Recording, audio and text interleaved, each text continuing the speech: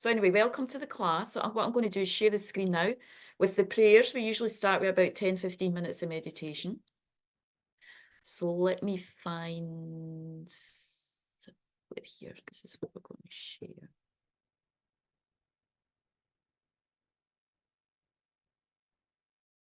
So we'll go back to the room.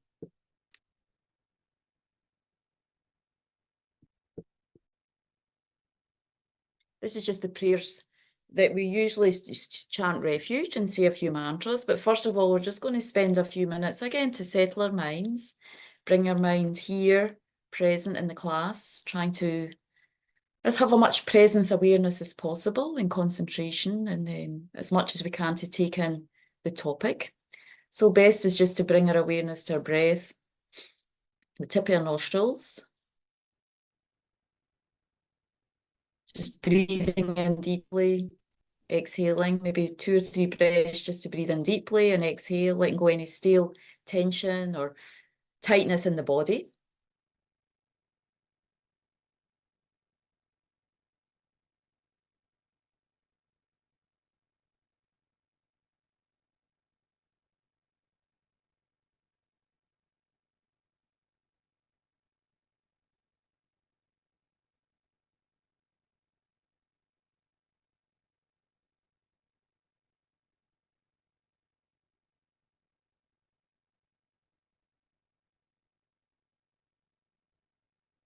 And then just breathing normally.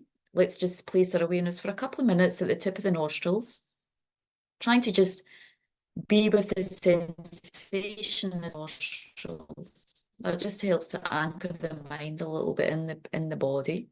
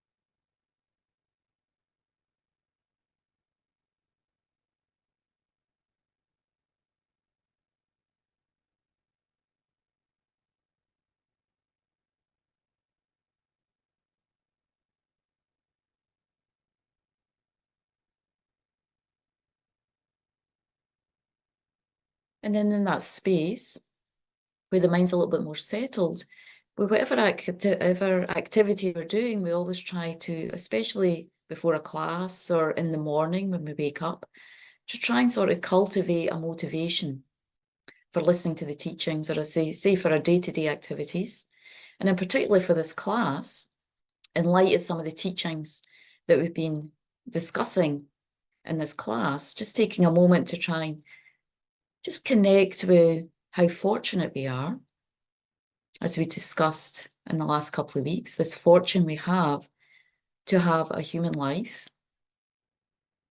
And of course, in this world system and this planet we live in, it's not just having a human life, but as we see it's day to day on the news, social media, there's so many other beings with a human life who are still experiencing a huge amount of suffering, many outer obstacles in their lives, harm for the elements where they live, wars. They don't have freedom of speech, freedom of religious kind of practice or expression. So, of course, where we live right now, we have access, we have freedom to choose, so many freedoms, especially in terms of having freedom to choose a spiritual path, to study a spiritual path, and especially to meet these Dharma teachings, the teachings taught by the Buddha over 2,500 years ago. But it's like we have this fortune to be able to still meet them, to access them and to use them to develop and understand our heart and minds, what causes happiness, what causes suffering, and gradually transform our minds into the causes of happiness. This is something, very precious, that we regard as something very precious in the Buddhist tradition, And if we think about it more deeply, it gives us a sense of joy, feeling fortunate, a sense of gratitude that we have access to these teachings, and we understand that they have the ability, if we practice them, to transform our minds into more and more states of happiness.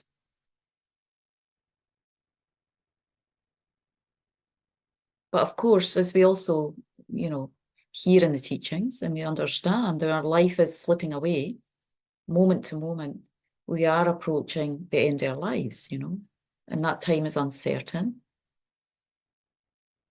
So on top of a sort of gratitude for our lives, the freedoms we have, we need to develop a sense of urgency in our spiritual practice. We need to feel that it's very important to use what time we have to develop the mind and the causes of happiness, because that's where happiness lies. It's something internal in reality,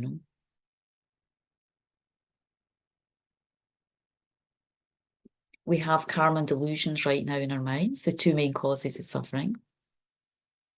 So it's our responsibility, when we really hear and start to understand the teachings, we have a kind of responsibility to start working on karma, creating good karma, so we don't harm others and ourselves. And also to start to chip away at the delusions,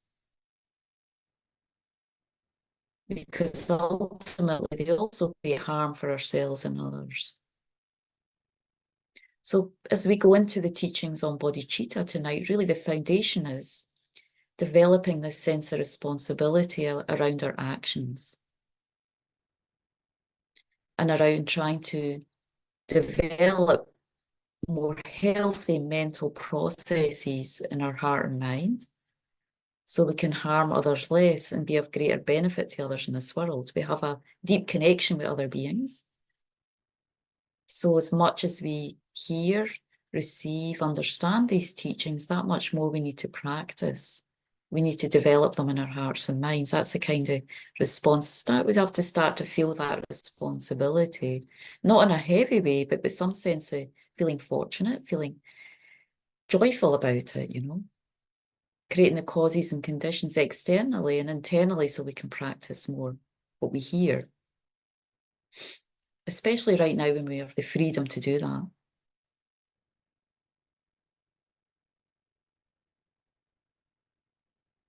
So one of the main bases to help really develop our mind is to having this sense of refuge in the Buddha, the Dharma and Sangha. We need to take that refuge by listening, but also internally feeling, more and more the teachings of the Buddha are my sort of spiritual food, that I need to chew and digest and really develop in my heart and mind. And the Sangha are well each other, we practice together, relying on a spiritual community to really support us. We need that, it's one of the three jewels. And we really need a Dharma community, because otherwise it's very difficult to have momentum on our own. So reciting this prayer as blessings, and it brings us this protection and deeper connection with the three jewels of Buddha, Dharma and Sangha. So we always recite it before the teaching. And then also just reciting some of the mantras, Shakyamuni Buddha, kind of, the Muni Muni has this connotation of being like power, or it's invoking the power and the blessings of the great sage, Shakyamuni. He was the sage of the Shakya clan. So mantras, the power to sort of waken up these inner qualities that are latent within us, these qualities, especially as we're going to talk about tonight, is bodhicitta and emptiness, the mantras embody these kind of qualities and help us to, really wake up our potentials, our latent tendencies in our mind, So I'm going to recite the refuge prayer 3 times and then just feeling the presence of Shakyamuni Buddha in the space before us.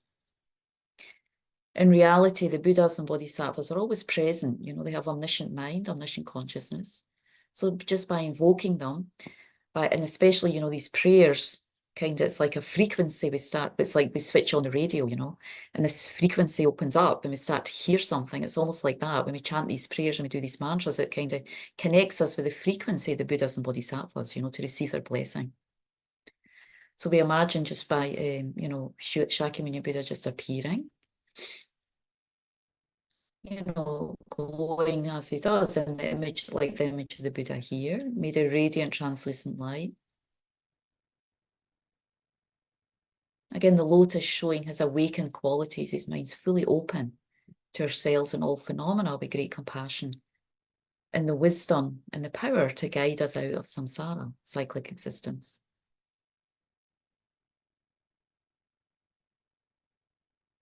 So we try to feel his presence as we chant the prayer 3 times. We'll do once in Tibetan, twice in English.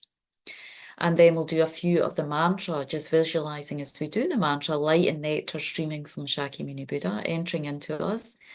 And again, just blessing us.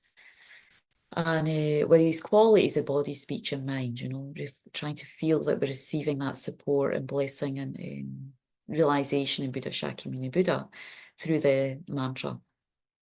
So we'll chant 3 times. Sangye chodan sogi chognamla chanchu bardu dani kyapsuchi dagi chenso gebe sonamge drola penjir sangye drupar sho sangye chodan sogi chognamla Janju bardu dagni kyapsuchi dagi jinso gebe sonangi drola penjir sange drupar shog. I take refuge until I'm enlightened in the Buddha, the Dharma, and the Supreme Assembly. By my merits of generosity and so forth, may I become a Buddha to benefit transmigratory beings. Then we'll do a few of the mantra with the light visualization. Tayada minne minne maha minaye soham. Tayada minne minne maha minaye soham. Tayada minne minne maha minaye so tayada minne minne maha minaye so tayada minne minne maha minaye soham tayada minne minne maha minaye soham tayada minne minne maha minaye soham.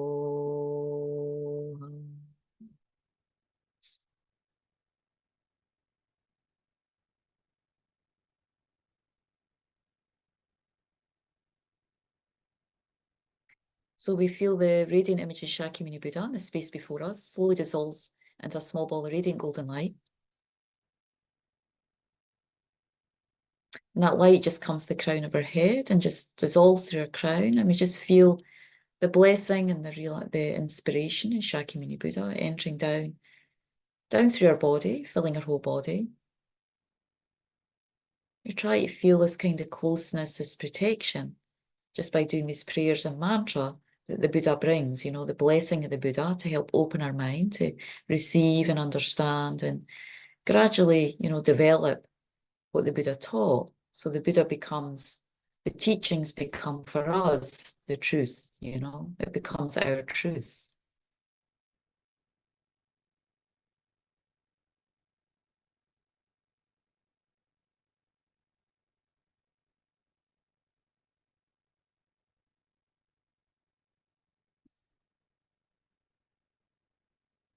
Okay.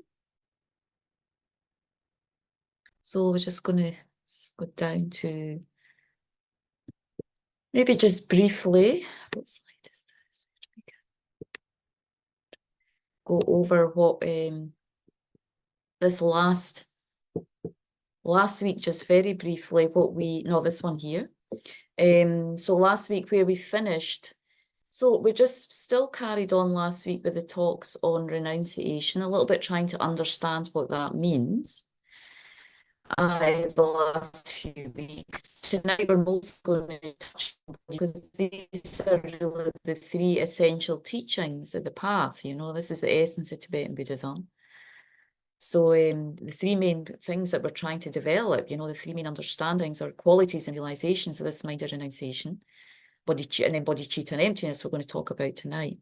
So in essence, last week, where we finished really was where we need to really start on the path to even sort of get an insight into, start to get an insight into renunciation, and then gradually move our mind into feeling more deeply that we want to give up suffering and the causes of suffering. This is the mind of renunciation.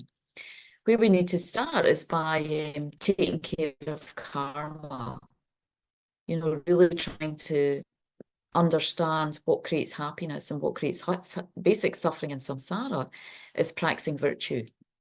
So we just touched on that last week, what the 10 virtues. I think we did mention them last week, what the 10 virtues are, but just very briefly, so I mean, it's very similar to other spiritual traditions, what we start to practice to create happiness for ourselves.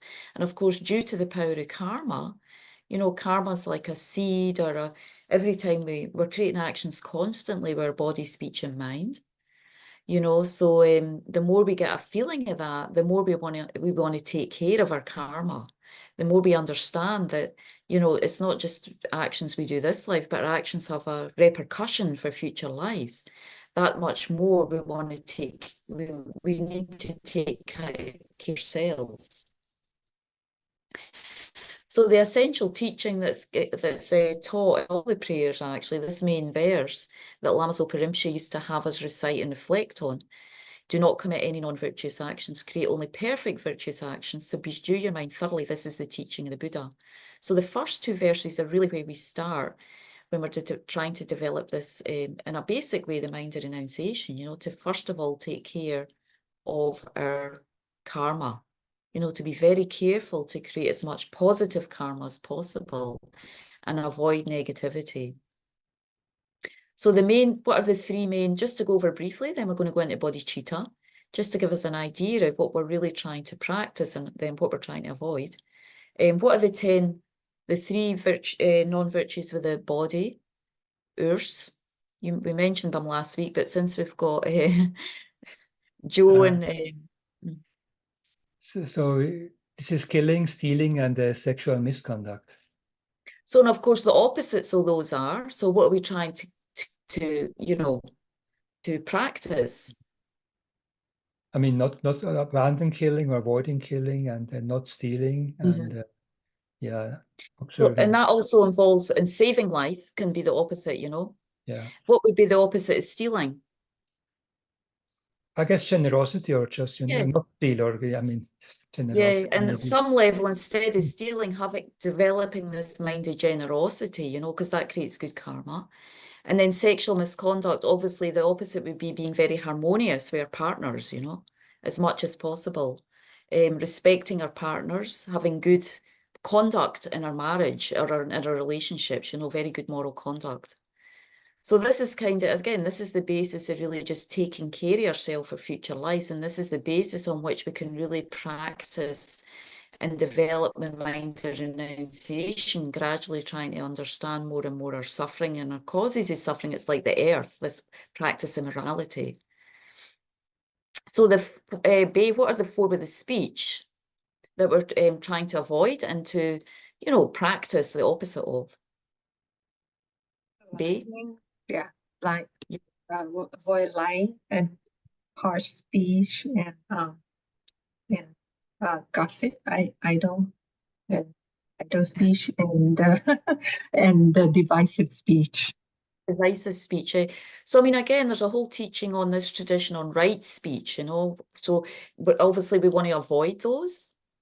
So it sounds easy, but these four, you can see that there's ways where we can sort of wiggle into them quite easily.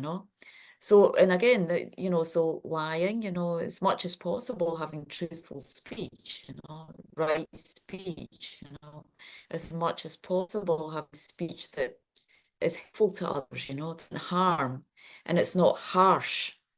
Harsh can be, there's a lot of harsh language. People use a lot of harsh language these days, So having gentle speech, speech that benefits, it pleases others. It doesn't mean like as a mother, you don't have firm speech, I mean, you have to sometimes be firm with your children or with, others in your life, be very straight. But it doesn't mean that you have to do it in a harsh way, like an aggressive way, not having aggressive speech, can still be firm, but without anger behind it. Not motivated by anger. Because that's when it generally becomes harsh speech, And of course, lying. I mean, all these have repercussions in future life where your speech loses power. People don't listen to you, they don't trust what you say. All these have different actions, which I'm not going to go into now. That's a whole other discussion on the karmic results, negative speech. But the more and of course, when we go into the Discovering Buddhism class, there's a whole module on karma.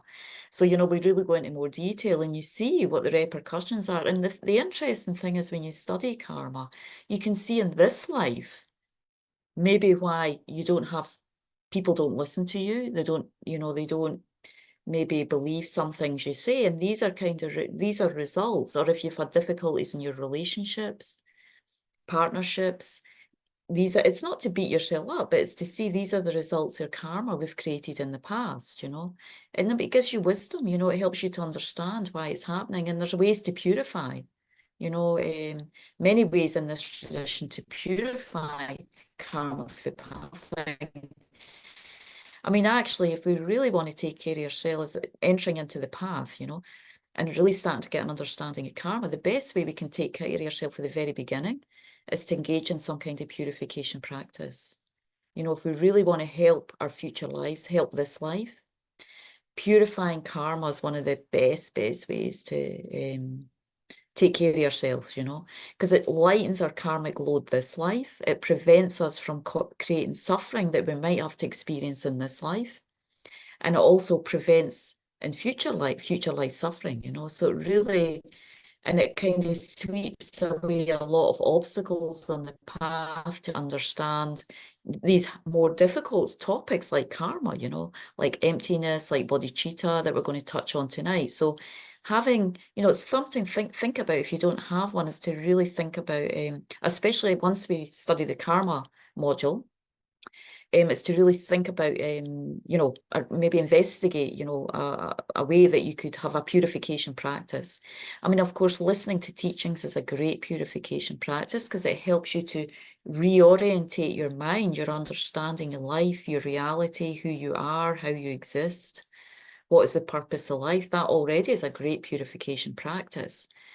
But for our minds to go deeper into the teachings, understanding of the teachings, we do need to engage in some kind of purification practices. So yes, those are the ones with the speech, and then there's 3 with the mind. Does anyone volunteer to to remind us what the 3 of the mind are? Do you remember, Ruth, from last week? Did you write it down? I did. Yes, I did. Ill will, wrong views, and covetousness. Yes, covetousness, yes. So I mean, again, so what would your idea of the opposite of those be? What are we trying to cultivate instead in terms of positive karma? Instead What of would be the opposite of those? opposite of coveting something that somebody else has would be to be happy or joyful that they have that, whatever that is. Yes, yes, yeah. And for ill will, to have only goodwill, to be not to think ill of others, but to cherish them and be happy for them. Yes, yeah, again, yeah. And then again, of course, karma's more complicated, you know. Right. But at least I think the main part, and again, this is us, it's really dipping into renunciation. We don't have wrong views about karma, but we certainly don't have a complete understanding of karma right now, you know. So, but at least in this perspective, as we're getting into the path, you know, as we're entering into the path, and our understanding is to start to really be more, is obviously be more open about the teachings on karma. You know, trying to really start to see that in our own experience, you know, developing more and more of an openness in terms of our own karmic experience and in terms of what the Buddha taught about that, you know, really reflecting and trying to see this as a more of a mirror in our life, you know, what the Buddha taught and how it's functioning in our life. As Lama Yeshe says here, you know, the more, let me just move this, the more convinced we become about the inner law of cause and effect, the more energy one gets to change and improve oneself and one's life. I mean, basically, it's the nature of our life, you know, everything we're experiencing, and it's not in a heavy way. Everything we're experiencing is a result of our karma. So there's a huge amount to rejoice about because we are living in countries where there's no peace, where there's peace, there's no war, there's not huge harm for the elements. We have access to Dharma teachings. We have our basic needs met, I think most of us, you know. I mean, we have an incredible amount. When I was with Geshe Zopa today, you know, we were, as I mentioned, we were going around having a nice walk in the nature, and we were just reflecting how fortunate we have to have these freedoms, you know, to have access to these teachings and to be able to understand how we can create more and more causes of happiness for ourselves, you know. On the basis of having these freedoms that we have in our life, we can create so much more freedom and happiness for ourselves and, of course, for others as well, you know. The more and more we dive into these teachings, and as Lama says, the more and more we understand how karma is the energy of our life, you know, it's the life force that we're living under. So, yeah, I mean, that's really, in many ways, that's a huge part of this mind of renunciation, you know, giving up the actions that cause us to suffer, and with energy and joy and happiness, trying to engage in that which creates happiness for ourselves and others, you know, all the actions of body, speech, and mind. There's many ways we can talk about renunciation, and actually there's many levels of renunciation, really, but for us, it's like, do this, as Lama put it so nicely, you know. Really, really trying to understand the more we create good karma, it's just more happiness for ourselves and also for others. I mean, nobody wants ill will. Nobody really wants harsh speech. Nobody wants covetousness or, you know, us to steal their possessions. Everybody wants from us the opposite. And the more we cultivate the opposite in our mind, these positive states, it just brings more happiness to others and ourselves. So as I say, the Dharma is all about, it's completely about developing our inner happiness.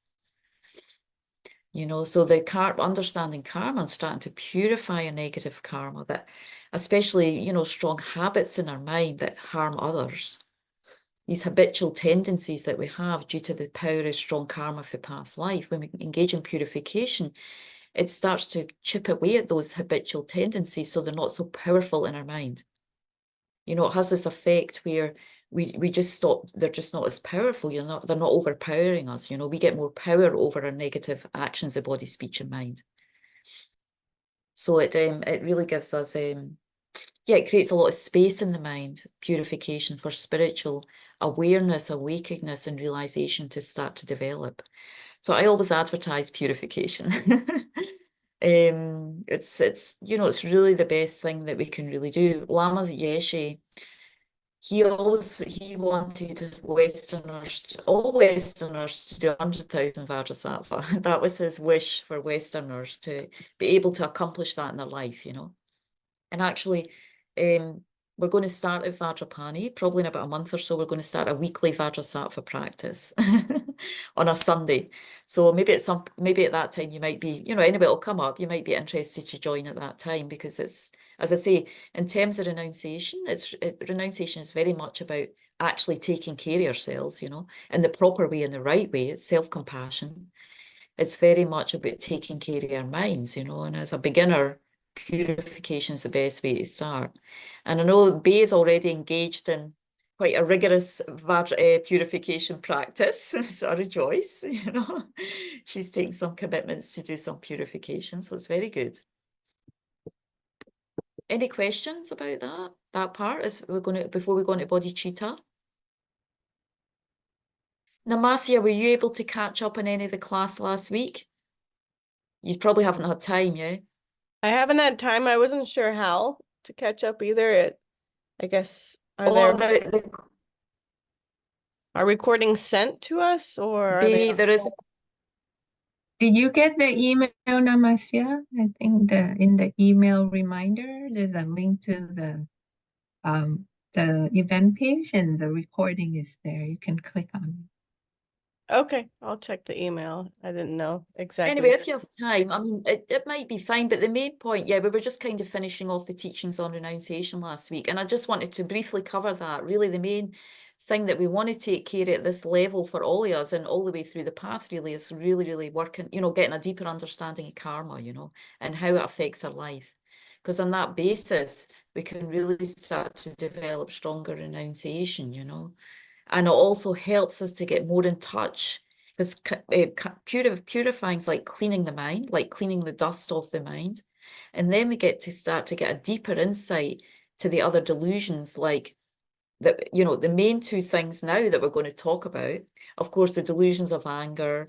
You know, purification helps to lighten the karmic load of anger in our mind. It helps to lighten the attachment in our mind. But it also helps us to get more in touch with these two other main things that we need to recognize in the mind, that are kind of the opposites of bodhicitta and emptiness, you know. We always have this quality that we want to develop, but there's something that needs to be transformed for that quality, you know. So with bodhicitta, what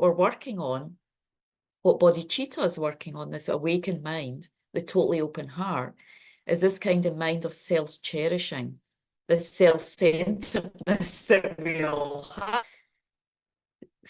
Sense that my importance is more happiness than others, you know, even though, you know, we might all have a good heart, the basis of a good heart, you know, we're kind, we're good people, but there's a self-absorbedness, a sense of self-importance that's going on, underlying in our mind all the time. So with bodhicitta, when we go into the teachings on bodhicitta, we're trying to work and oppose this mind is self-centered. My happiness is generally more important than the happiness of others. And we all have that fundamental feeling. I mean, I think possibly mothers have it less around their children, you know, you have that different feeling around your children. But again, that feeling of the importance of your children, the preciousness of your children, it's just directed mainly towards the children. It's not directed towards all sentient beings, you know. So again, it's very kind of coloured by just being with a few people. So this mind of bodhicitta is this, and I mean, we all have the potential to develop this total open-hearted bodhicitta. And this is the mind that works, again, really working against this kind of self-centered mind that only kind of cherishes maybe my children, my family, and maybe a few friends around us. But it doesn't have this quality of seeing all beings as precious. That's the quality of bodhicitta. You know, the mind of bodhicitta, when it's developed where it sees all beings as like wish-fulfilling jewels, you know. All beings is very, very precious, and their happiness is spontaneously more important than ours. And that's the mind, that's someone who's developed bodhicitta. You know, that's where we're trying to go with these teachings on bodhicitta, where there's so little sense of self, and it's a blissful, happy mind. You know, it's a completely blissed out mind. But the mind is always focused on the happiness of others. And I can definitely say that I saw that in the example of Lama Zopa Rinpoche, you know. I mean, Rinpoche was happy all the time, but his mind was only directed on the happiness of others, their happiness up to enlightenment, because he developed the mind and bodhicitta. You know, so first of all, what we need to recognize in these teachings, and we don't have time to do the meditations now, what I just want to go through is the basic points on how we develop bodhicitta. How do we do that in this tradition? There's a couple of different techniques. So this technique, and again, there's a whole module dedicated to this in Discovering Buddhism. How do we develop this totally open heart that only cherishes others and still has complete joy inside? You know, like it's not like we only cherish others and poor me, I'm not getting any happiness. You know, it's a mind that's completely full of joy. And it's fueled by joy, you know, and fueled by this thought that other beings are so precious, I just want to help them. And not just with temporary needs. Bodhicitta has this quality to help beings develop that mind of bodhicitta, you know, so to get out of samsara, to get out of cyclic existence, and to develop these totally open minds of bodhicitta, and also this wisdom realizing emptiness.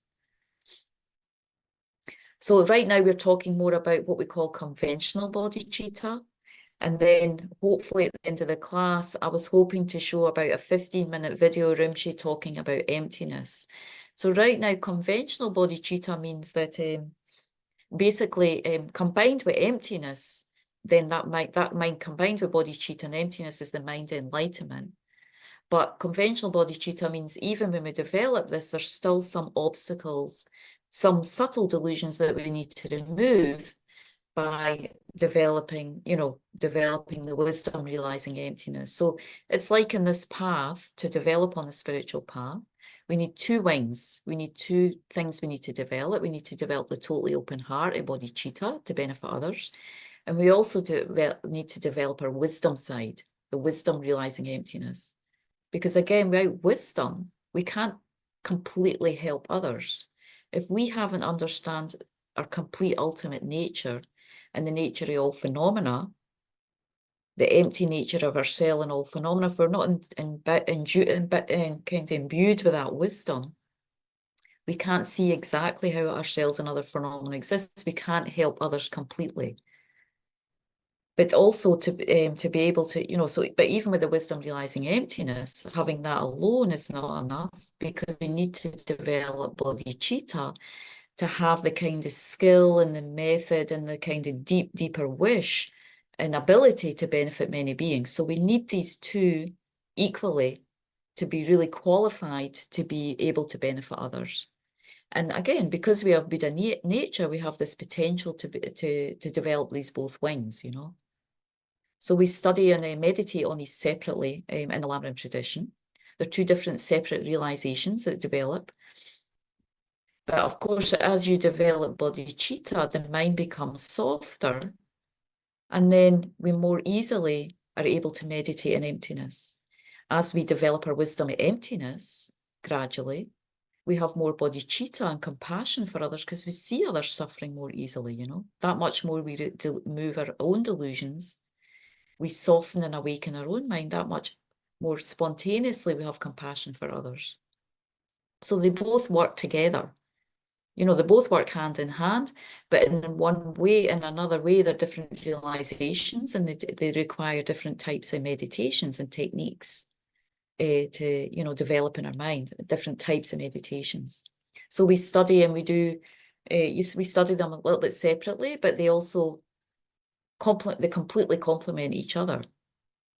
Does that make sense? Okay. So this one, so there's different lineages of developing bodhicitta.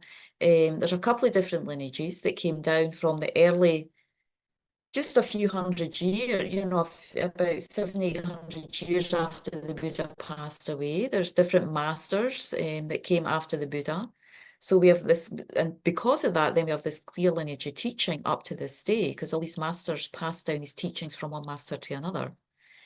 And so this teaching on bodhicitta actually came, I know a couple of you probably know about the life story of Asanga. He was a great scholar. Nalanda was this great monastic university in India. And all the great masters and scholars came out of Nalanda, you know, they went there to study. And Asanga also spent many years studying and became a great scholar and master in the Nalanda tradition. And then generally after they've completed their scholarly studies, just as we see in now, you know, all the great teachers do have, you know, they achieve their Geshe degree. So after he's finished his studies, he decided that this was around the 3rd or 4th century. He wanted to go and meditate in a cave. You know, he went off to meditate in a cave. So he decided to dedicate his life to meditation. He wanted to have a vision of Maitreya. So Maitreya is the future Buddha that's going to come to this world. And of course, if you really purify your karma and your very special karma, you can receive visions of different Buddhas and Bodhisattvas and get teachings from them. So his wish was to receive a vision of Maitreya Buddha and to receive teachings from him on bodhicitta, on, you know, different teachings on bodhicitta and emptiness, experiential teachings. So that was the kind of aim of his retreat, to obviously meditate on what he had studied, but also the Maitreya Buddha, and his deep wish was to receive a kind of vision of Maitreya and receive certain teachings. So he went off to meditate in his cave. And after about, I think it was after about 3 years, there's slight variations on the story. After 3 years, he was feeling a little bit discouraged because he hadn't had any vision of Maitreya. He was feeling like, you know, I don't think I'm getting anywhere in my meditation. So he decided, he packed up all these things in his cave and he walked down the hill. He was walking down saw these drops of water hitting a rock. And he could see that the drops of water were impacting and making an impression on the rock. It was just constantly dripping, dripping, dripping. And he thought, well, you know, if these drips of water can have that kind of impact on the rock, surely I can do another 3 years and these meditations will impact my mind, you know? So he got inspired by that sight and he went back up the hill and he went into his cave and he did another 3 years and still, no, he didn't have any vision or any sign of Maitreya Buddha coming, and he thought, okay, this is it, you know, it's not happening. So he walks down the hill and he comes across someone with they have this huge iron pole, and this man with a cloth is just rubbing the pole with the cloth and it was like a big thick iron pole, and he's trying to make a needle. Can you see me? Can you see me here? I'm not sure if, yeah, you can see me, okay. So he's trying, you know, with this big thick iron rod, he's rubbing with a soft cloth, and he's trying, and then, so Asanga asked him, what are you doing? He says, well, I'm trying to make a needle from this big thick pole, big rod. And Asanga thought, well, I mean, if he has the determination to make a needle out of a big thick metal pole, surely I can have more determination and effort in my practice. So he went back up to his cave again, you know. So like this again, he did another 3 years, and he's like 9 years later, and he's like, no, it's still no vision again, you know. So he comes back down the hill and he sees this other person dipping a feather. So he had a feather and he was dipping it in water, and the person was at his house, and there was this big rock in front of his window, and the person with the feather was just rubbing the rock with the feather. And Asanga says, well, what are you doing? He says, well, I'm trying to, you know, the rock's blocking the sunlight from my house, so I'm trying to just rub down the rock so that, you know, eventually the sun will get in through my house because it's blocking this window or something. So, and Asanga's like scratching his head and he's going, well, if he's got the determination to rub a rock with a feather, surely I can go back up and try, you know, to get these, you know, realizations and see Maitreya Buddha. So he goes back up the hill again, another 3 years, and he goes, okay, this is it. I'm absolutely not saying Buddha Maitreya. It's not happening. I've done 12 years. I'm really done now. So he walks down the hill and he comes across a dog, a very sick dog that's filled with maggots. And it just feels like, oh my gosh, you know, this is, it just felt unbearable compassion for the dog, you know. I mean, I don't know if you've seen some of you have been to the East. Some of the dogs are still in terrible condition in the East. So, I mean, this was so many centuries ago. So, I mean, he sees this dog that's completely filled with maggots. And he thought to himself, well, the dog's suffering because there's, you know, the flesh is open, the dog's alive, you know, but the maggots are eating the dog. But the maggots, so, but he said, but I don't want to harm the maggots. If I take them out, they won't have anything to eat. So what he is, but the dog's suffering with the maggots in there. So what he decided to do, there's a couple of versions of this story as well, but basically, one version is he cut off a little bit of his skin, so that would feed the maggots. So he took his skin, he cut it off, he put that to the side because he thought, I need to put the maggots somewhere. So then he went to take and he thought, if I take the maggots with my fingers, I might harm them. So he went to kind of take them out with his mouth. And the dog transformed into Maitreya Buddha. In that moment, the dog, as soon as he went there to get the maggots and actually take them with his tongue, the dog transformed into Maitreya Buddha. And Asanga was like, oh my God, where have you been? Something like that he expressed, you know. I've been meditating on you for so long, and where were you? And do. And he said, well, your karmic obscurations were so strong, you couldn't see me. He said, I was in the cave the whole time. And he said, I was actually a manifestation of all those beings that you saw. If every time you came down the hill, every 3 years you came down and you saw the rock and the water and the feather and the man. And he said, I was all those people, but you didn't see, you didn't have the karma. Your karma wasn't pure enough to see me. But you said, but now you know, because he generates so much compassion for the dog, his karma purified and he was able to just see Maitreya Buddha. And that's kind of what this is expressing as the power of compassion, you know, when your mind gets so softened, you have this ability to see, first of all, he was able to really feel the preciousness of the dog. And even through the power of that compassion, he was able to purify his karma. And eventually what happened is, well, after that, anyway, he kind of didn't believe Maitreya Buddha. So Maitreya Buddha was peering to him and he said, no, but I don't believe you. I think you just weren't here. And he said, well, so Maitreya Buddha, so he said, okay, I think everybody can see you. So Maitreya Buddha says, okay then. So Asanga says, I'm going to take you on my back and I'm going to bring you into town.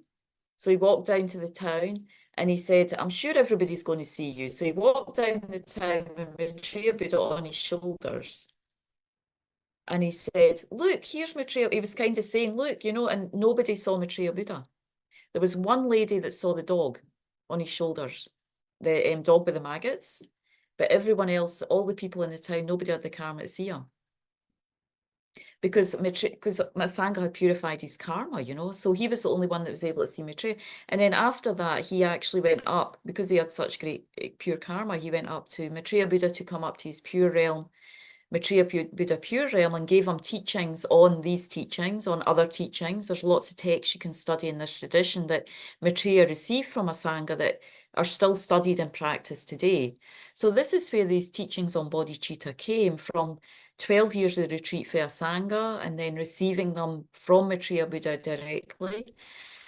Then, of course, they've been carried out through the lineage of great masters to this day, you know. So I always enjoy that story of Asanga, you know, because each time it was kind of, you know, these experiences I had of coming down the hill and kind of feeling discouraged, but still, you know, he would see all these people, you know, like doing all these kind of obscure and strange things. And he felt like I have to get, you know, inspiring him to go back up and practice. So basically, yeah, this is what he received from Asanga, Maitreya, from Maitreya, you know, when he went up to Maitreya's pure realm. So the first thing, in a nutshell, that we have to develop, the first you know, if we want to have an open heart towards all beings, the first obstacle we need to get through in our mind is this kind of feeling of some people are my friends, some people I don't know, they're more distant, and some people I don't like at all. This kind of uneven mind of friend, enemy, and stranger. And if we think about it, you know, really honestly in our mind, that's something that's going on for us all the time. And even within a relationship with someone, even in a day, in a minute, somebody can become a friend, an enemy, and a stranger. You know, even within a couple of hours, you know, depending on a conversation you had with someone, depending on, you know, some kind of, you know, challenge or something that's went on, you know, family dynamic, you know, that kind of feeling of friend, you know, closeness and distance that we have with others. We feel close sometimes, we feel distant other times, we feel not connected other times, you know, there's just like no connection. That's the main that's the main thing that we need to work on. Yes, someone got a question? Joe? Joe, do you- Yes. Mhm. I wanted to I had a thought about the person going to the cave. Yes. I think I think I have an idea that could have saved him 12 years. What's that? Well, the way I see it is that when he decided to go to the cave, he was thinking about the form rather than the essence, because what was he hoping to get from his receiving teachings from Maitreya Buddha? You know, was it for himself, or was it to to cultivate a compassionate mind and heart? Because for me, the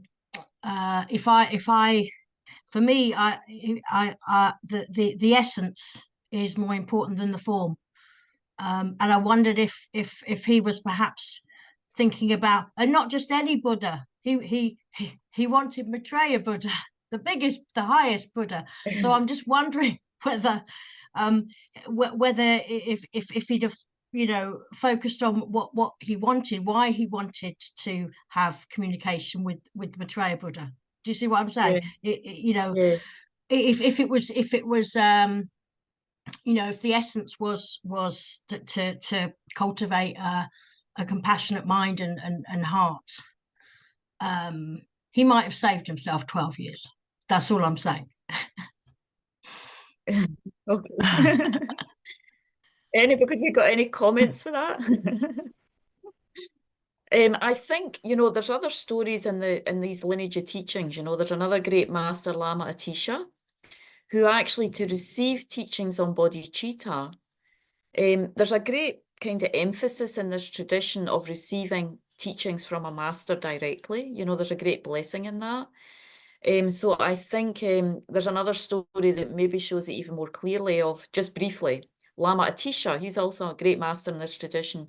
And he actually had a vision of what he was told by Tara. He had a vision of another Buddha, Tara. He had a strong connection with one deity called Tara. And he often had visions from this deity. And she told him to travel to Indonesia. Now, this was, you know, again in the 8th, 9th century. He spent 13 months traveling by boat in very rigorous conditions, you know. I mean, in those days, you could easily die with that kind of voyage. So he was already given, you know, instruction by, you know, through some vision that he had from a Buddha, to go and receive teachings from this particular teaching on another teaching of bodhicitta, you know, how to develop bodhicitta, which again, we still study and practice in these days. So I think, you know, Maitreya Buddha he is the Buddha of loving kindness, you know. So I think Asanga's goal was to develop bodhicitta, but I think he for whatever reason, he felt his karmic connection was to receive it directly from Maitreya Buddha, the teachings, you know. So he was already practicing a Maitreya Buddha practice in the cave. And I think the ultimate goal, as Lama Atisha was, to see these teachers, to be in their presence, to receive those teachings, to develop bodhicitta. There's a very strong, there's a lot of power in receiving teachings directly, you know, one-to-one from these masters. And especially when we see these types of teachings last for centuries, you know, they have a power. When a master receives from a holy being like that directly in those visions, they often have a power to not just benefit that one master, but benefit lineage, you know, many, many, many masters down the centuries, as we can see here. I mean, these are teachings he received in the 4th century, and we're still receiving the benefit from them. So they're kind of what we call like lineage holders. So you often kind of hear these kind of stories of great determination and great challenges these lineage masters have went through to receive these teachings so that we can benefit from them now. So that's kind of what that story is expressing, you know, the determination he went through, because yes, there's no question he wanted to do, you know, he wanted to develop bodhicitta, but he, you know, his karma was to receive this this vision so that we could still, you know, we could receive it, you know, some centuries later. I hope that makes some sense. But there's a sort of certain power in this, you know, how the teachings come from master to disciple. So anyway, back Is to that, body. yeah, Mhm. it helped. Yes, it helped. It also, as soon as you started telling the story, I was thinking of Robert the Bruce and the spider's web. Yeah.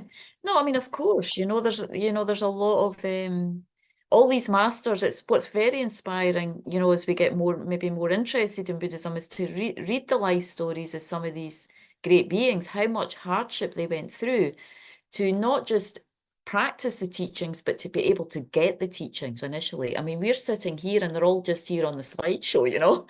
I mean, some of these masters traveled for weeks, days, months. As I say, Lama Tisha traveled across the ocean.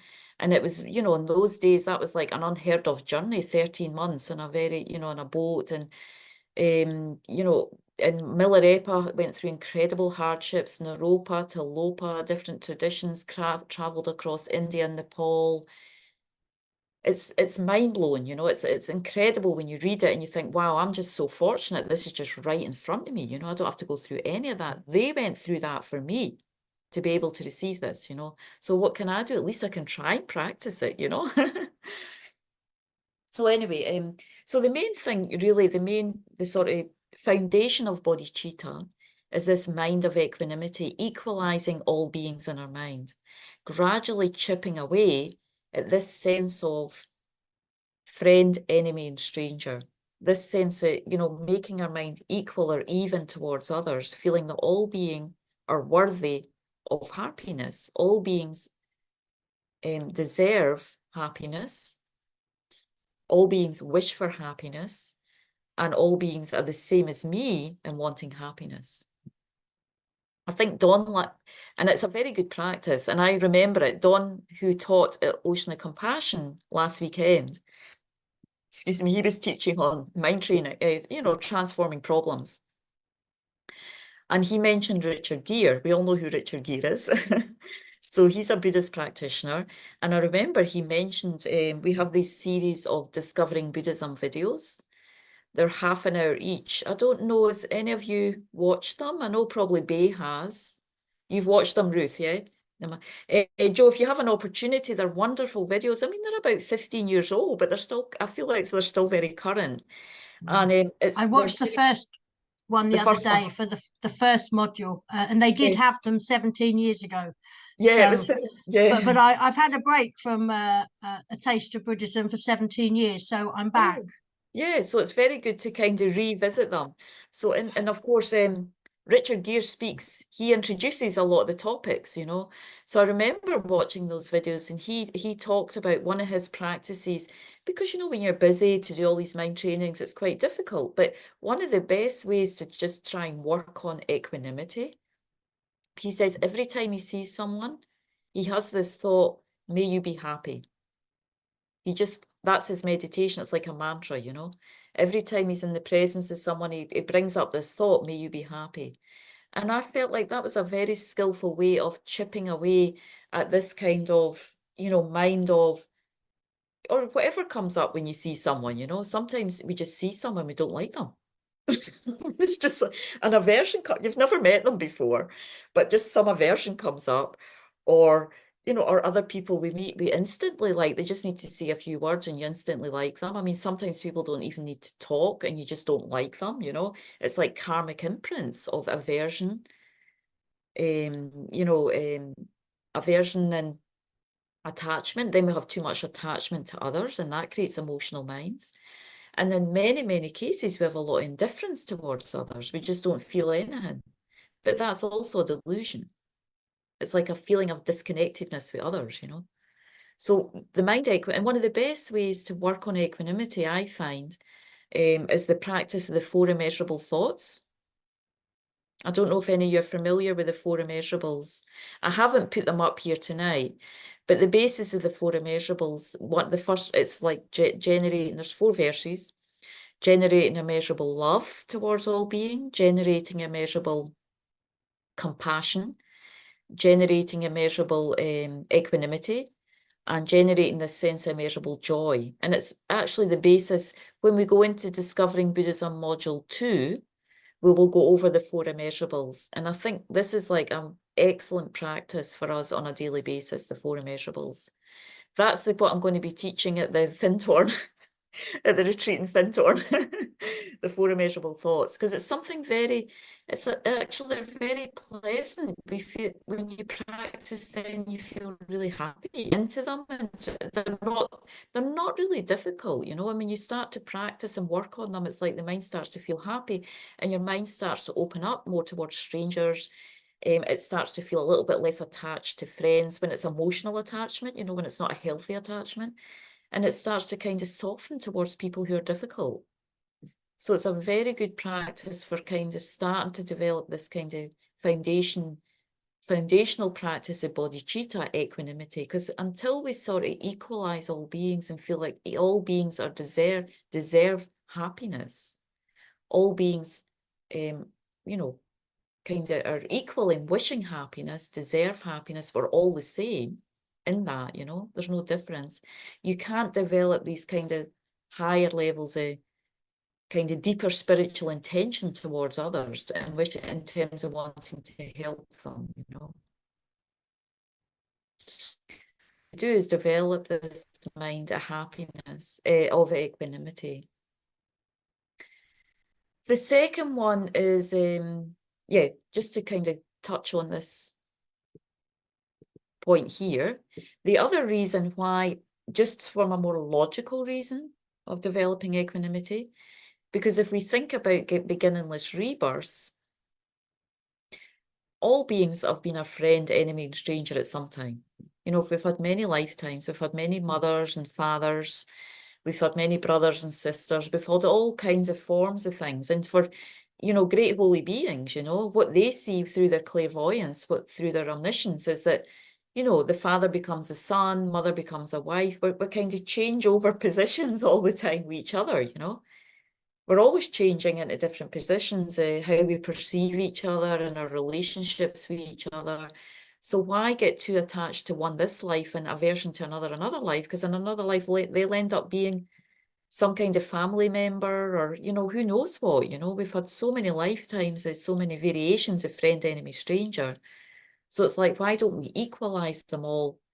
Because anyway, they've all been our mother and father and brother and sister. We have had a strong connection. We've had connections with beings over many, many lifetimes. And this kind of touches us on to the next point,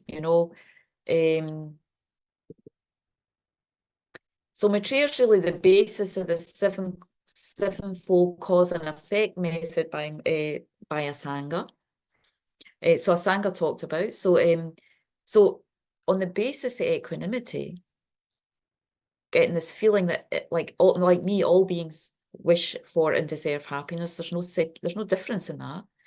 Then there's a deeper level where we start to soften our minds towards others even more deeply and deepen our sort of feeling of connectedness towards others. Because in reality, we are deeply connected with all beings, but we don't feel that, It's not like we're trying to transform our mind into something that's not true. In reality, we have a deep karmic connection with all beings, but we don't feel it because of these delusions that are present in the mind. So how we're trying to chip away at the delusions, this is one method. And of course, this is not an easy method for everybody. Depends on the relationship we had with the mother.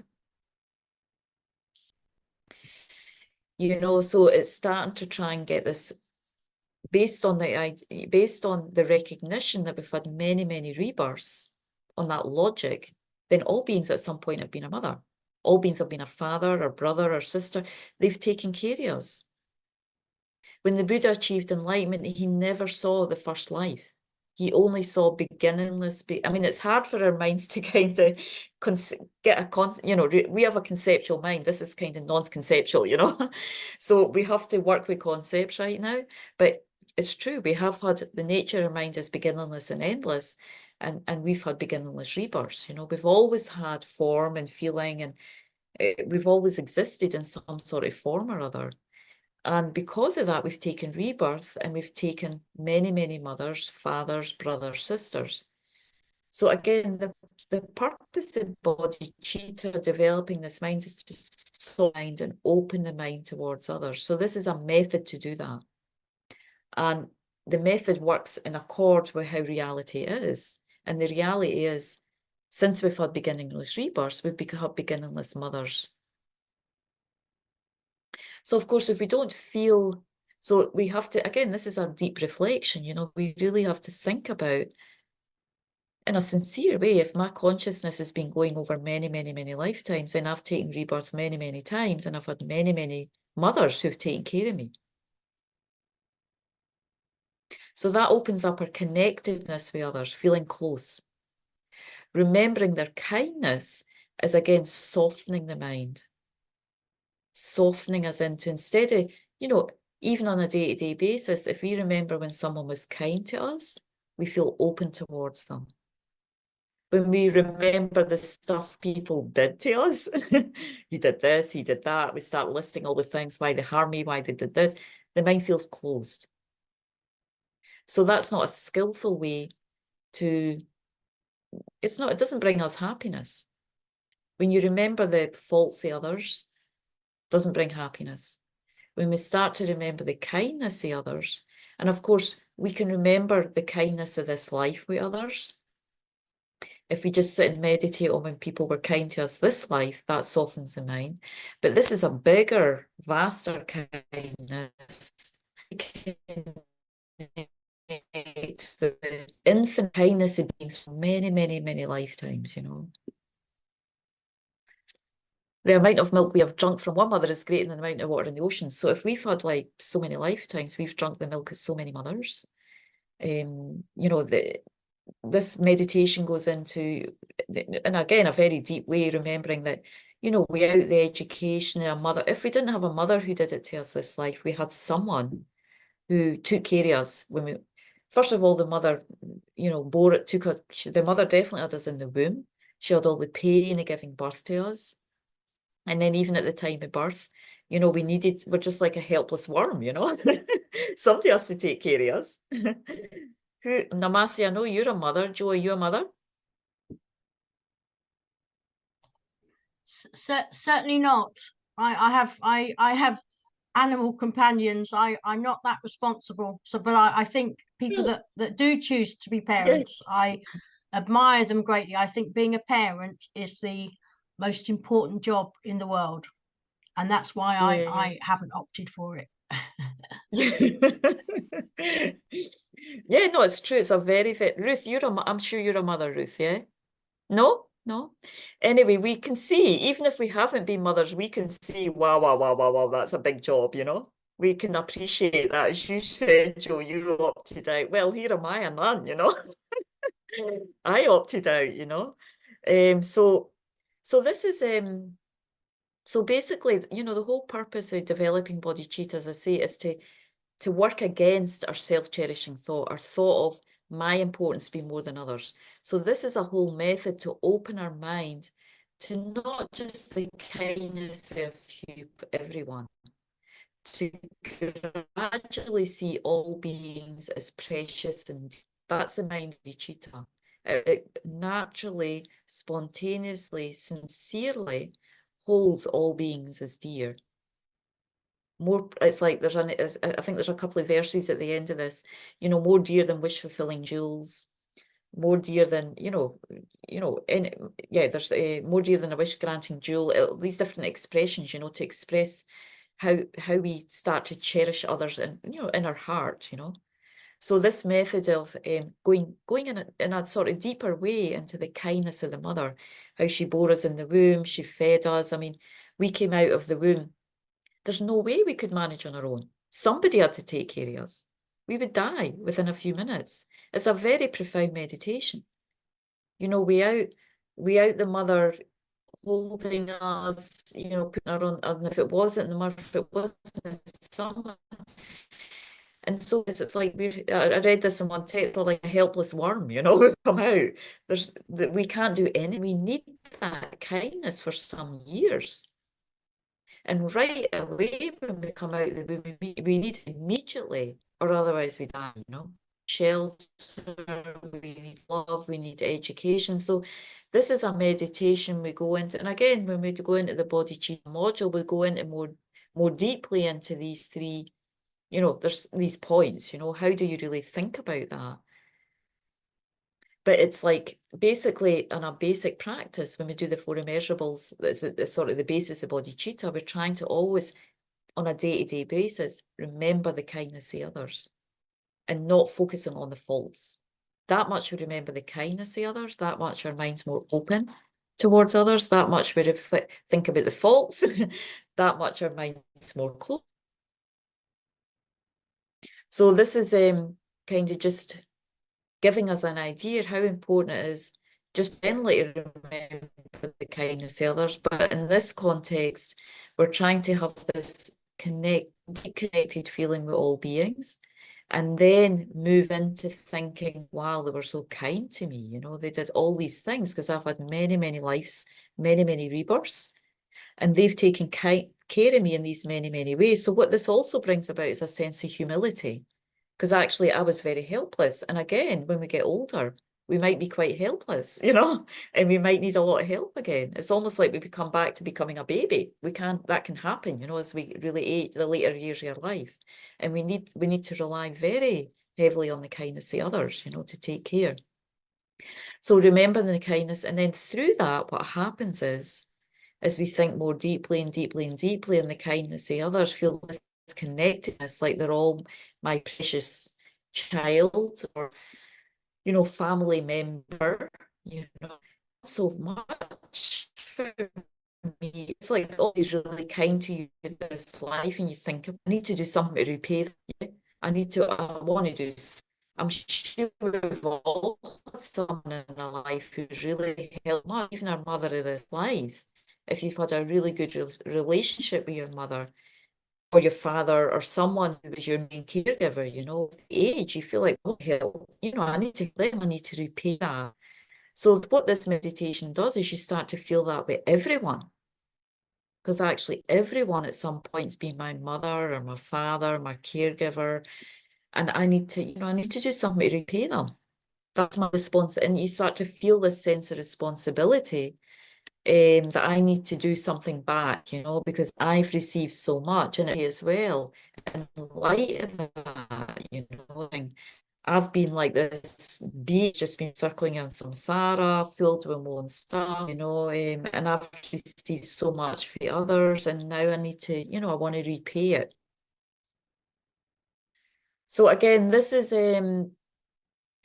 again a slightly different method here. I talked about equanimity at the bottom. It can also come in here, the equalizing part. But so what happens at this point is, through seeing that all beings have been my mother, having this sense of we're all equal, then we can engage in this kind of practice where we purposely start to exchange yourself with others, which means actually seeing others more important, others' happiness more important than my own.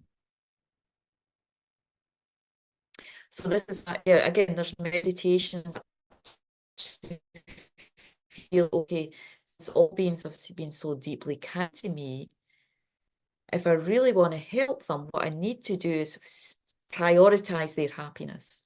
you know, make their happiness more important than my own. So we start by equalizing, saying we're equal in happiness, but then starting to do this process, exchanging ourselves with others. And yeah, so then at that point we go through some of the short cherishing, just to kind of really, again, work on any kind of more deeply ingrained imprints, cherishing ourselves, really trying to feel that we want to completely eliminate the self-cherishing thought from our mind. And again, we meditate on some benefits of cherishing others, really working through how important it is to cherish others. And then there's this last practice, which often people do before all of this. Oh, sorry, too far ahead there. Some of you might have heard this practice of Tonlen. At the very end of all it, we really feel this sort of deep connectedness with all beings. All beings have been our mothers. We have this strong determination to really, really remove the self-cherishing from our mind. That's the sort of main thing that we want to do to develop obstacle to bodhicitta. Then on that basis, then we start this practice of Tonlen, basically taking other beings' suffering on and giving them our happiness. So of course, some of you have heard of this practice. Namasia, you heard of this practice of Tonlen? You heard the expression? Tonlen, yeah. Joe, you've heard that expression? That's in Tibetan.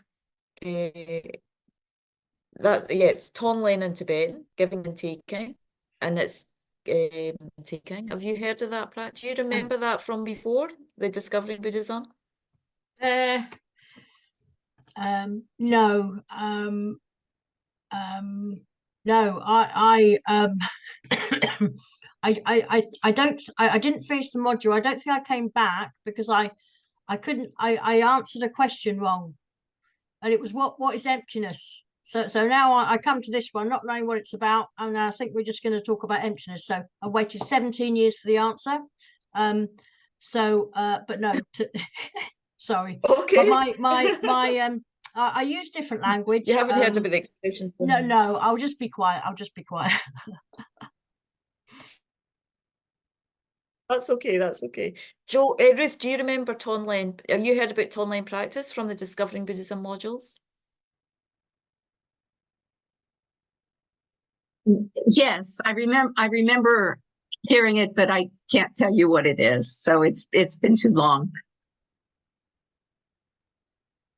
So actually, it's something that a lot of people get attracted to when they hear the teachings on bodhicitta quite quickly, you know. And I think it's something we could, even though it's kind of later on in the teachings, it's, you know, bodhicitta comes quite far on in the teachings, bodhicitta and emptiness. It's a very, it's a really good place, gives you a little bit of sense of feeling of your self-cherishing, you know. Because if we really think, and it's really mostly visualizing at the start, you know. I mean, great masters like His Holiness and Lama Zopa Rinpoche, they can actually take on other beings' suffering. They have the power to take it into their body. And obviously they have incredible power of generosity and bodhicitta and compassion, you know, so giving's no problem. But it's a practice where we imagine in front of us. And I'm just going to do it in a nutshell because I do want to just touch on emptiness tonight and actually just show the video Rinpoche. That's the best way. But it's a practice where you imagine someone in front of you, typically, and maybe they have some health problems or some, you know, whatever mental challenges, and you imagine on your breath, breathing in their problem. You know, you breathe in, maybe they have sort of anger or pain, some kind of mental suffering or disability. And of course, it's just a visualization process. But what it does is it sort of works on our, often we have an aversion to that. You know, we don't want to feel other people's pain. You know, it's difficult for us. So by just breathing it in and having this wish, may I take on their suffering and may I give them my happiness. That's the essence of it. You're being aware of other beings suffering with, you know, an open heart, compassionate heart. So breath, taking on their suffering, and it destroys your kind of strong self-centeredness. Sort of light. and it goes into your heart, and you imagine all their suffering, you take it on, and it destroys your selfishness. Spontaneously on the out breath, give them your happiness and joy. It's a kind of simple meditation in a way, but it's actually very profound.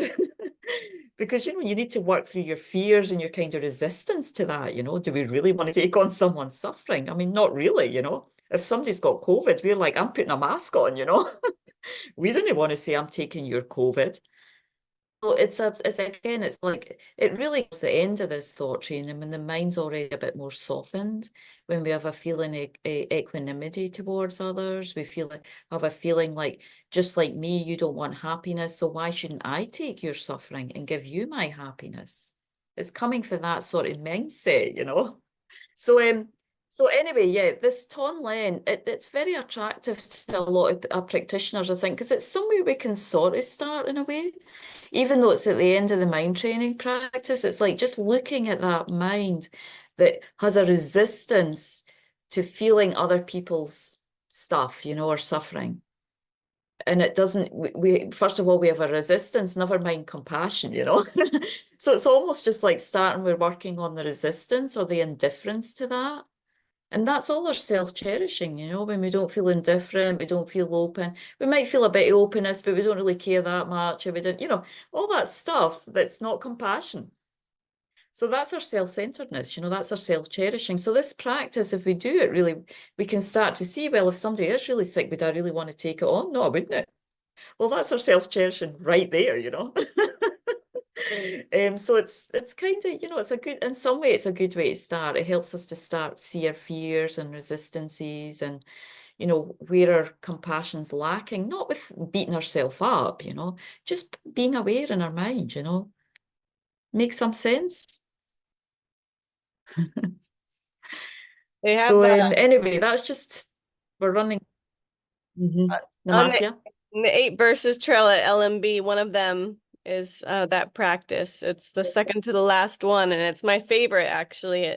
I always feel so almost high after I do it. Every time I do it, I just feel really enlightened, and just everything feels so much better every time I do that. That's my favorite one.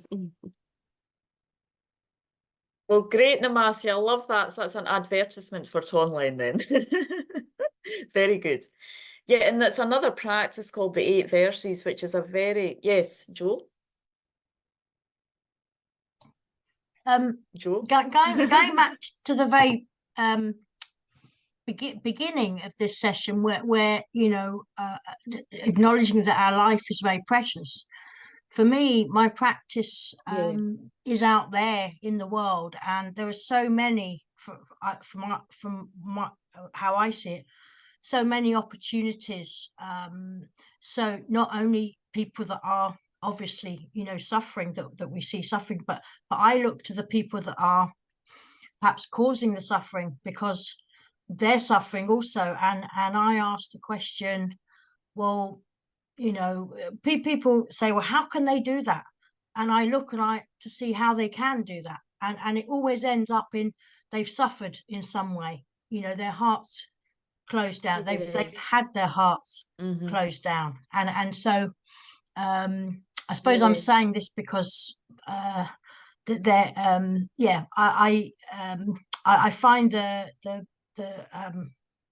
teachings very helpful, and but also we have a vast opportunity in the world of practicing that, because there are so many people suffering, whether on the surface it looks like they're receiving the suffering or they're causing it. It's one and the same.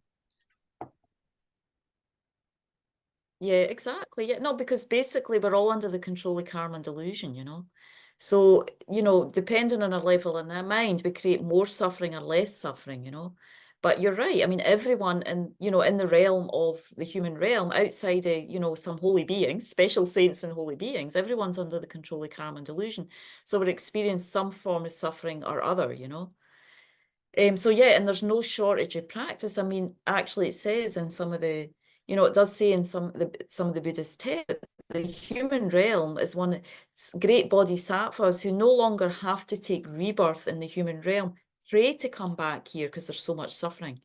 And being in this realm, they develop their bodhicitta because there's so much, the suffering's very evident in the human realm, So for them, it's very easy to practice bodhicitta and develop the practice of compassion. So you're right. I mean, there's there's even more and more suffering, But even those who don't appear to suffer much, who have a lot of wealth and comfort, I mean, most of the time, if you just dig a little bit deeper, they're still suffering, Mental suffering, depression, anxiety, suffering through having too many things, that they can't deal with, too many possessions, too much fame. It's pervasive in this realm, But certainly there's places where it's very obvious, So what I wanted to do, so that's just like, again, just touching on the topics of bodhicitta and emptiness. What I want to try and do now is, we can maybe have a short teaching. So emptiness basically, again, is another module in of itself in the Discovering Buddhism series. And emptiness is on the, where we're working against the wrong view of self. What are we trying to overcome which is the fundamental problem of our samsaric existence, is the wrong view that we have of how we exist, the wrong perception of self that we hold.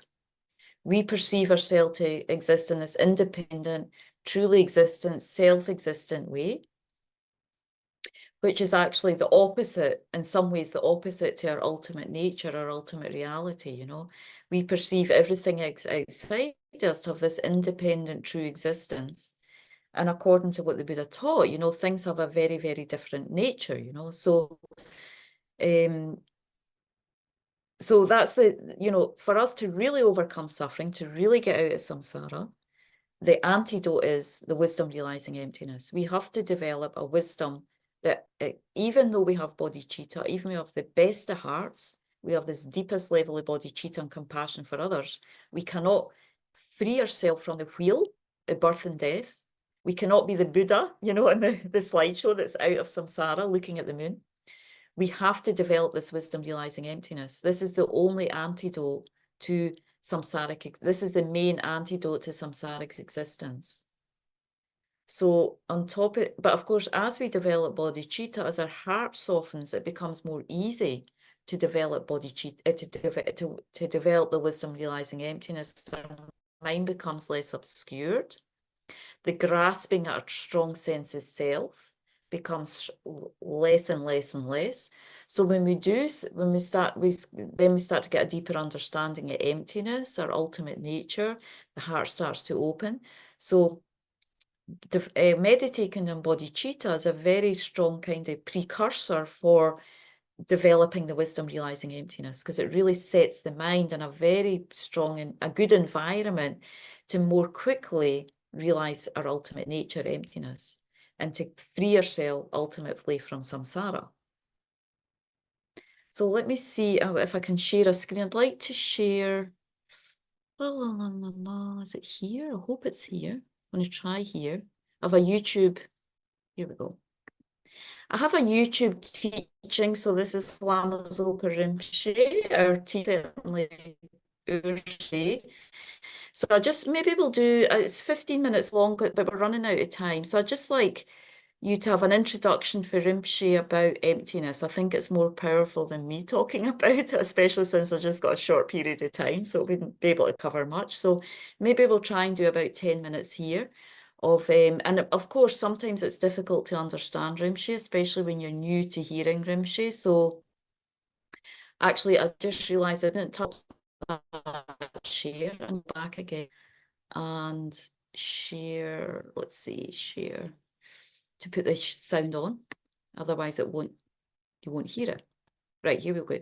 So hopefully, yeah, you can keep up with the transcript on the side, because I know for me it's quite difficult to understand when you're new to hearing the teaching. So we'll play Rinpoche for about 10 minutes. The one meditation, daily life practice mindfulness is that you see your concept the ignorance, holding true to existent I, the kasure. I go to the form sound simultaneously, and then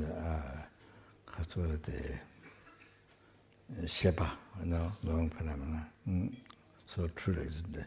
So the Timu Tenzin, the Timu Tenzin, the ignorance holding the I is truly existent. Objects are truly existent, you see. So that is a like magician person. That is a like magician person, and then that's a like magician person.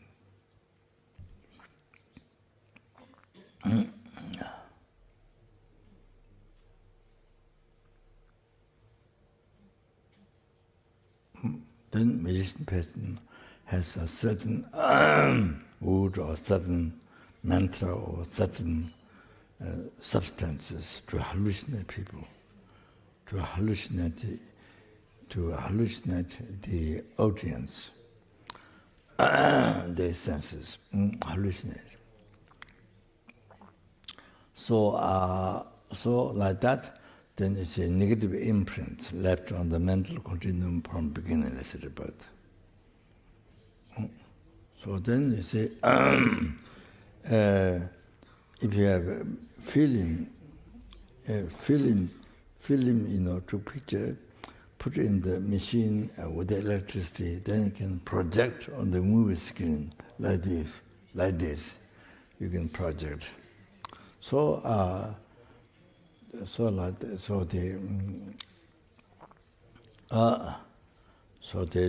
this negative imprint left on the mental continuum by the ignorance from beginningless rebirth. Then you see, then the project, like the film put in the machine, then project on the movie screen. So similar, there's ignorance by living negative imprint from beginner's rebirth. Then project, then it's a project decorate. You see, the male level I, real. Project real, truly existence, or the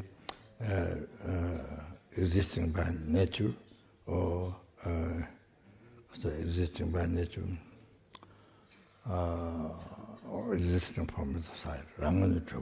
So that real, you see. So matter projected or decorated the hallucination. You see. So, then as well, the form, sound, the smell, taste, tangible object, everything. After middle level, then next second, then short second, then project. There's hallucination, real, everything real. Whatever we see, whatever we look at, we listen, everything real sound. So you are hearing my voice, real sound. So,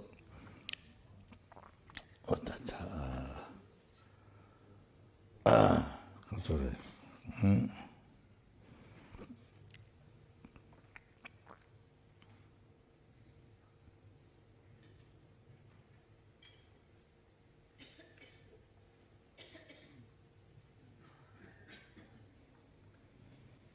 I think maybe we stop now, just because of the time.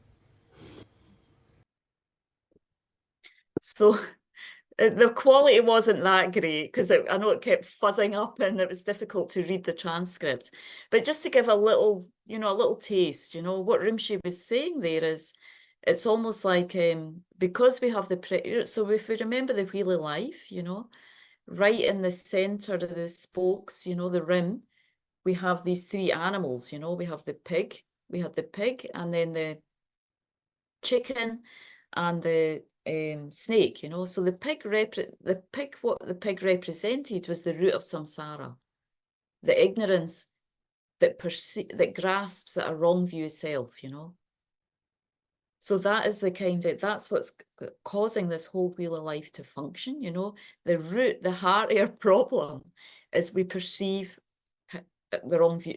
How we perceive ourselves is mistaken, you know, this individual sense of self, due to the presence of ignorance on our mind, it creates like an illusory or wrong view of ourself and phenomena. So it's like the ignorance is like the magician in our mind, and it's creating an illusory view of everything, you know, the wrong view of everything. It's causing us to perceive things in a mistaken way. So as much as we, you know, we perceive everything as individual, separate, truly existent, permanent, we have this sense that that's how things exist. But if we just start to do a little bit of analysis, to just try and see, you know, well, this strong sense of I that I feel in my heart, in my life, that's guiding me through my life all the time. If I try to, well, where is it? How does it exist? It feels strong in here, you know, but if it did exist, we would be able to find it. We would be able to find it somewhere on the body and mind. Yeah. But if we check up, you know, how we identify with this I in so many different ways through the body and mind, but we actually cannot find an I, you know. So we feel we're an independent sense of self, but as soon as we start to check in the body and mind, we can't find this I that feels so solid and real in our daily life. It's because we're under the control of ignorance. Ignorance comes from the verb to ignore. It's like we're not able, because of the power of ignorance in our mind, unknowing, we don't perceive the actual correct way that we exist. It's not that we don't exist. Emptiness doesn't mean there's nothing exists. It means that we don't have an inherent form of existence. We lack an inherent form of existence. We exist in this more kind of subtle, dependent way, as it's said, merely labelled by mind. Now, this is not easy to grasp, you know. Rinpoche mentioned it there briefly. How we actually exist is a very mere subtle labelling of the mind. We have this, it's like Rinpoche says, it's almost like we don't exist when we really check and investigate, but we have a very subtle form of existence. The I exists in a very, very subtle form, but it doesn't have any inherent independent existence. It exists in this dependent way of being merely labelled by the mind. So again, to get from the sense of feeling that we exist independently and self-existently to this place of being merely labelled by the mind is a big leap. Yeah. Nobody's expecting us just to hear emptiness and suddenly get it. I mean, outside of karma, it's the most difficult teaching to grasp, you know. So that's why we have to study, we have to reflect. I mean, in the Discovering Buddhism course, there's a whole module for 5 or 6 weeks just starting to try and investigate. And it's almost like when we start the investigation, it's not about really understanding emptiness. It's just trying to create a doubt in our mind that how we perceive ourselves to exist, is that actually correct? It's more about starting there, you know. If I really think about when I say myself and I and me, I mean, who is that person? It feels very solid, singular and real. So I should be able to find how we have to exist somewhere in the body and mind. But the way we talk about an I, like my mind, sometimes we're the possessor. Sometimes we're just I feel this, I feel sad, I feel happy. Who is it that feels sad and happy? It's not the body. So, okay, we feel the mind feels happy or sad. So am I my mind? But then we talk about being the possessor of our mind, my body. Who's the my?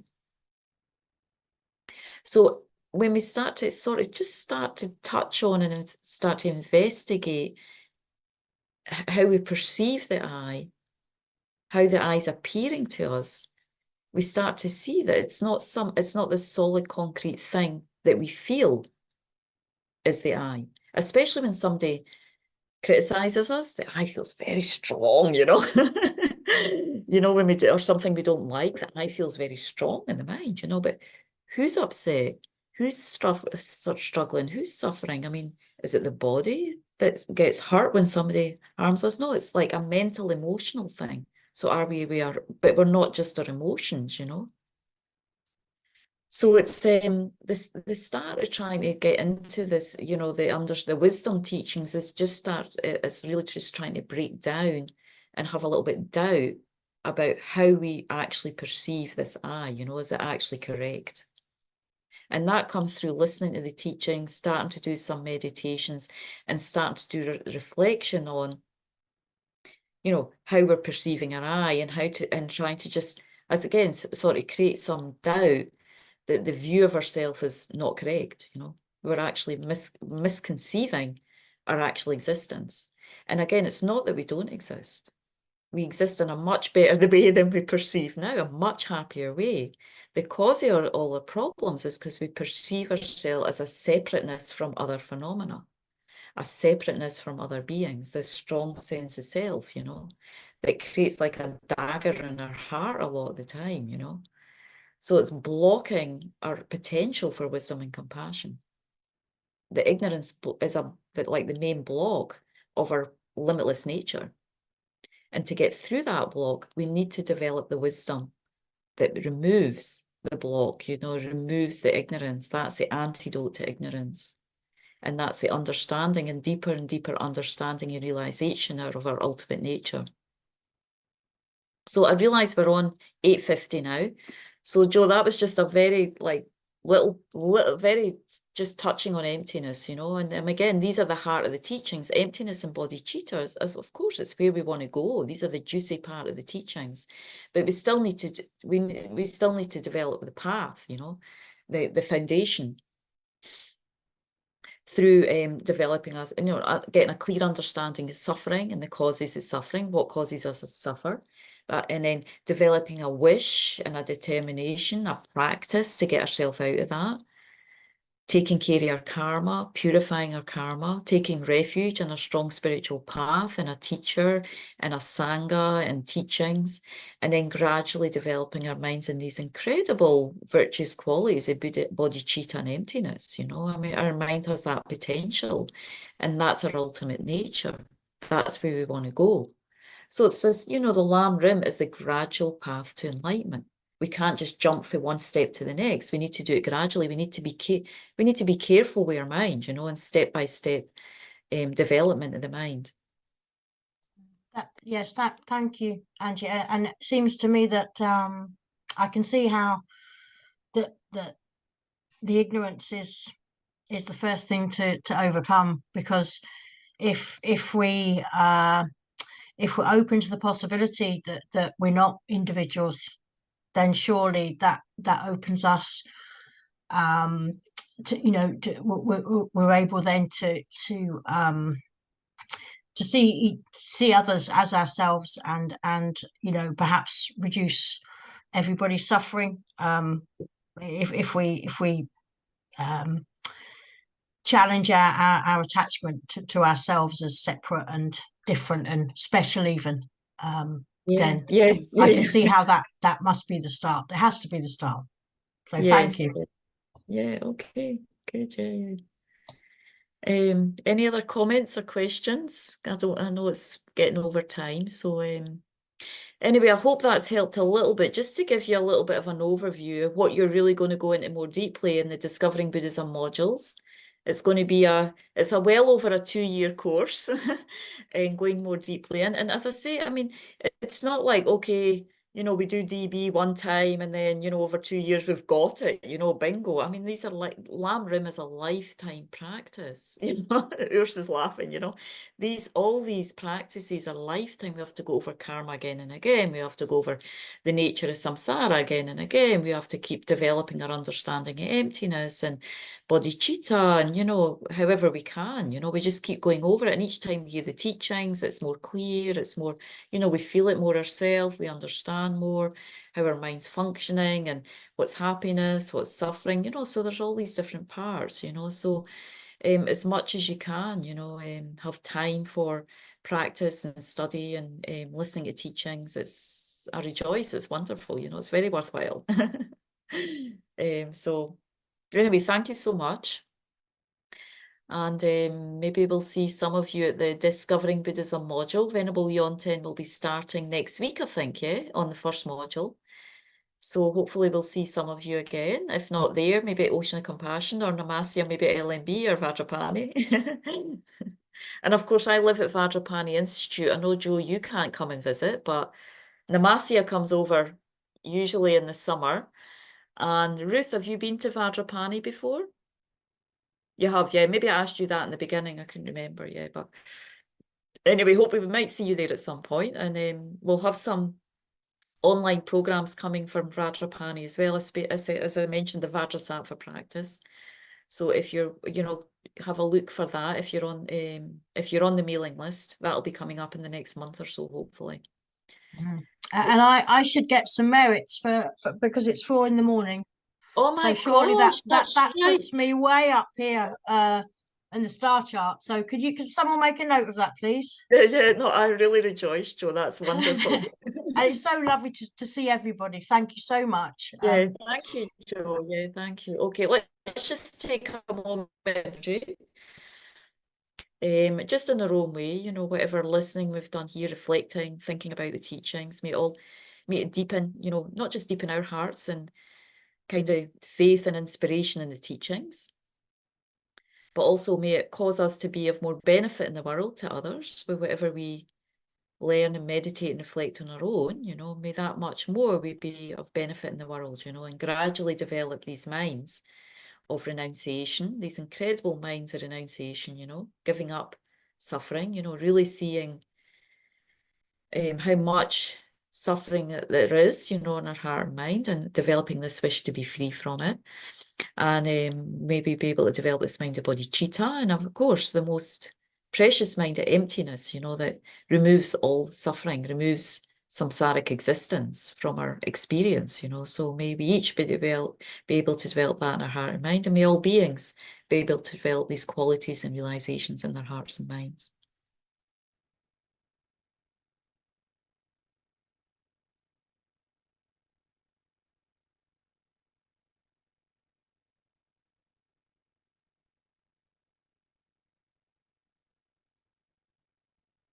Okay, thank you so much. Yeah.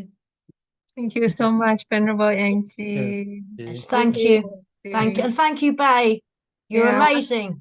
Stars Before stars you and merits for go, Bay as well.